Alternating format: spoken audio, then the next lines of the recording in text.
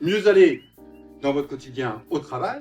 J'ai apprécié ce moment de partage, que ce soit avec mes collègues, mais aussi du coup avec les différents intervenants. C'est vraiment le neurotransmetteur du muscle. Vraiment, lui, il va vous permettre d'être en motivation, de vous adapter, voilà, d'être en forme. Le but, c'est vraiment de faire le lien entre la charge mentale et l'assiette. Alors, ce que j'ai apprécié, c'est le côté très pratique. C'est vrai qu'il y a des lives où on reçoit de l'information et on ne le met pas tout de suite forcément en pratique. Et là, c'était hyper sympa. Il y avait vraiment un très bon contact avec les intervenants, donc c'était chouette. Est-ce que vous avez envie de faire l'expérience, là, comme ça vous tente?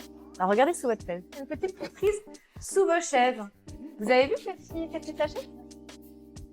Alors, je connais pas mal l'alimentation, il y a des choses qui m'intéressent dans ma vie perso, donc ça, c'est des choses que je connaissais.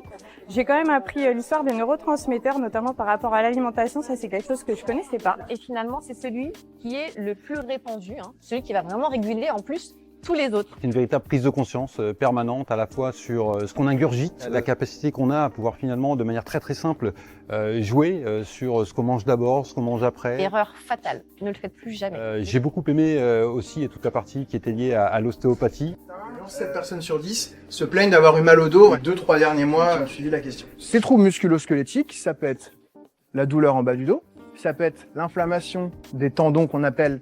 Aujourd'hui, ce qui m'a vraiment plu, c'est de participer justement aux différentes interactions sur la partie alimentaire et la partie ostéo, donc apprendre ensemble à s'étirer parce que c'est aussi quelque chose qui doit être accompagné. Maintenant, on va faire un exercice pratique, prendre un tout petit peu de place avec vos chaises. C'est vrai qu'on y pense, on se dit c'est vrai, on nous répète qu'il faut nous étirer, s'échauffer, mais on ne sait pas forcément le faire, donc le faire ensemble c'est un bon premier pas. On y va doucement, on y va hyper doucement. La mémoire de travail, c'est comme un petit récipient qu'on a dans notre tête, dans lequel on peut mettre 4 à 7 informations par tranche de 10 secondes. Le stress, c'est très bon. Un excès de stress, en revanche, est nuisible. Ce que j'ai aimé dans cette expérience, c'est que ça interagissait pas qu'avec nous, c'était une nouvelle expérience, ça interagissait avec tous les magasins. Ici et vous là-bas, partout en France, on y va, on inspire un bon coup. C'est bien qu'on vous montre des deux côtés parce qu'on peut le faire aussi bien debout qu'assis. Émotionnel, sophrologie, c'est pas quelque chose qui m'attire et j'ai découvert la sophrologie et le yoga du rêve notamment que je connaissais pas. Et on sourit, un grand sourire jusqu'aux oreilles, même plus fort, puis vous regardez vos voisins, vos voisines.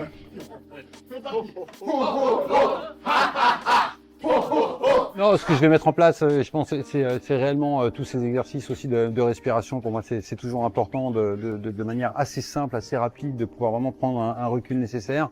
10 minutes de relaxation, 10 minutes de respiration, c'est autant de temps de gagner finalement sur l'efficacité qu'on va pouvoir ensuite développer dans ces actions du quotidien.